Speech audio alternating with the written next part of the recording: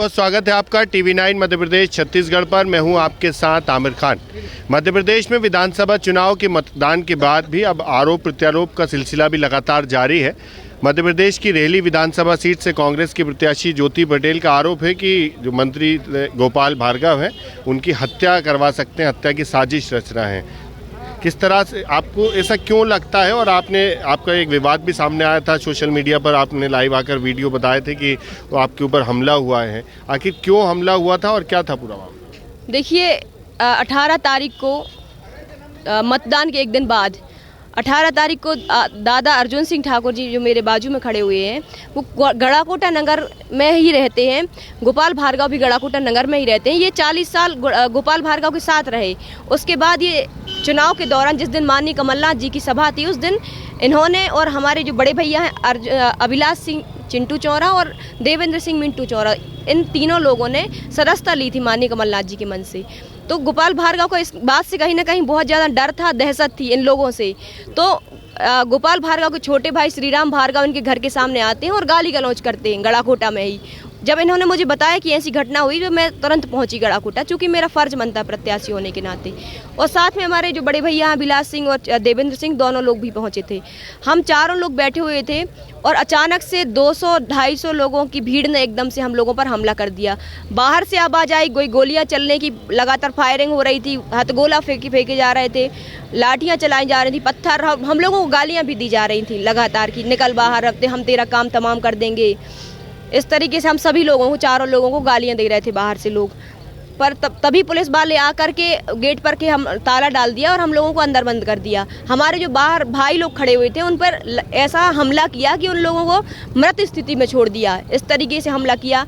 4-5 गाड़ियां, हम लोगों की 6 गाड़ियां रखी हुई थी। ये बड़े भैया अभिलाष सिंह जी हैं, इनकी 5 गाड़ियां रखी हुई थी, मेरी एक गाड़ी रखी थी। तो इन सारी गाड़ियों को बहुत बुरी तरीके से क्षतिग्रस्त किया। उसके बाद उन गाड़ियों के अंदर अवैध हथियार भी रखवा दिए, शायद कोई पिस्टल या कोई कारतूस वगैरह उन पर रखवा दिए। और फिर आगे की घटना ये हुई कि जब पूरा मामला शांत हुआ, हम लोग थाने गए। हम लोगों की तरफ से कोई FIR अभी तक दर्ज नहीं हुई, फरियादी हम लोगों को अभी तक नहीं बनाया FIR में। साथ ही उल्टा हमारे जो बड़े भैया हैं देवेंद्र सिंह मिंटू चौरा और अभिलाष सिंह जी, इन पर अवैध हथियार रखने का केस बना दिया। आपको क्यों लगता है ऐसा कि ये हमला गोपाल भार्गव ने करवाया था या आप लोग की हत्या गोपाल भार्गव कराना चाहते हैं? ऐसे क्यों लगता है? देखिए, जो श्रीराम भार्गव में गोपाल भार्गव के छोटे भाई हैं। श्रीराम भार्गव का जो पुत्र है अबकुश भार्गव, वो भी उनका भतीजा है। और पूरा जो षड्यंत्र है वो इन्हीं के ही संरक्षण में कराया। श्रीराम भार्गव से और कोई क्यों कराएगा? श्रीराम भार्गव से गोपाल भार्गव नहीं कराया और इन्हीं के सह पर हुआ। इन्हीं के जो सारे गुंडे हैं गड़ाकोटा में, उन्हीं गुंडों को भेजा गया।